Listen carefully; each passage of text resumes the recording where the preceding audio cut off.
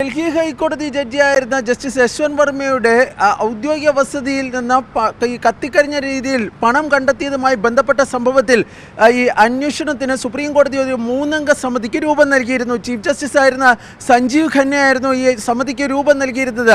ഈ സമിതിയിൽ മലയാളിയായ ജസ്റ്റിസ് അനു ശിവരാമനുമുണ്ട്. ഈ സമിതി നടത്തിയ അന്വേഷണത്തെ തുടർന്ന് നൽകിയ റിപ്പോർട്ടിൻ്റെ പകർപ്പിൻ്റെ പൂർണ്ണ രൂപമാണ് ഇപ്പോൾ പുറത്തു വന്നിരിക്കുന്നത്. ഈ റിപ്പോർട്ടിലാണ് ജസ്റ്റിസ് യശ്വന്ത് വർമ്മയ്ക്കെതിരെ ഗുരുതരമായ കണ്ടെത്തലുകൾ ഉള്ളത്. ഇതിൽ ഏറ്റവും പ്രധാനമായ കാര്യം പറഞ്ഞിരിക്കുന്നത്, ഈ ജസ്റ്റിസ് യശ്വന്ത് വർമ്മ താമസിച്ചിരുന്ന അദ്ദേഹത്തിൻ്റെ ഔദ്യോഗിക വസതിയായിരുന്ന തുഗ്ലക് റോഡിലെ 30-ാം നമ്പർ വസതിയിലെ സ്റ്റോർ റൂമിൽ ഈ തീ കത്തിയ ദിവസം അവിടെ പണത്തിൻ്റെ അവശിഷ്ടം കണ്ടതായി പല സാക്ഷികളുടെ മൊഴികളുണ്ട്. ഏതാണ്ട് 10ഓളം സാക്ഷികൾ ഈ പണം കത്തിക്കരിഞ്ഞ പണത്തിൻ്റെയുമായി ബന്ധപ്പെട്ട ഈ സാക്ഷിമൊഴികൾ തങ്ങൾക്ക് നൽകിയിട്ടുണ്ട് എന്നാണ് ഇതിൽ വ്യക്തമാക്കിയിരിക്കുന്നത്.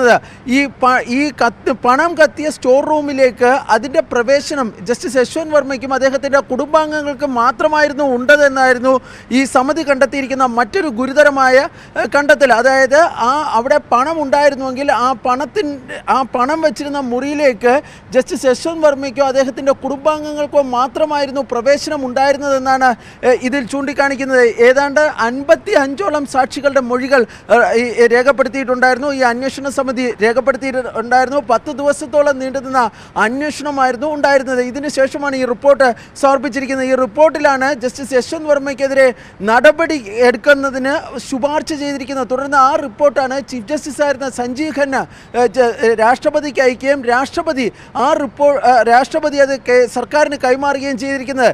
ഈ റിപ്പോർട്ടിൻ്റെ കണ്ടെത്തലുകളുടെ അടിസ്ഥാനത്തിലാണ് ഇപ്പോൾ ജസ്റ്റിസ് യശ്വന്ത് വർമ്മയ്ക്കെതിരെ ഈ ഇംപീച്ച്മെൻറ്റ് നടപടികൾ ആരംഭിക്കുവാൻ സർക്കാർ ഈ നടപടികൾ സ്വീകരിച്ചിരിക്കുന്നത്.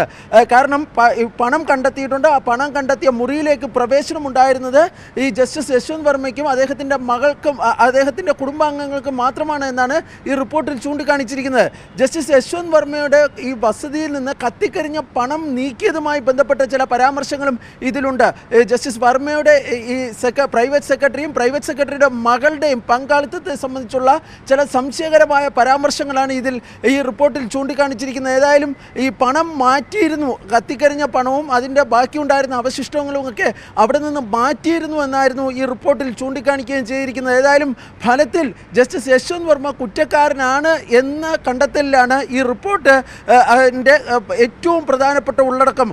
അതിൻ്റെ അടിസ്ഥാനത്തിലാണ് സർക്കാർ ഇപ്പോൾ ഈ ഇംപീച്ച്മെൻറ്റ് ഉൾപ്പെടെയുള്ള നടപടികളിലേക്ക് കടക്കുന്നത്.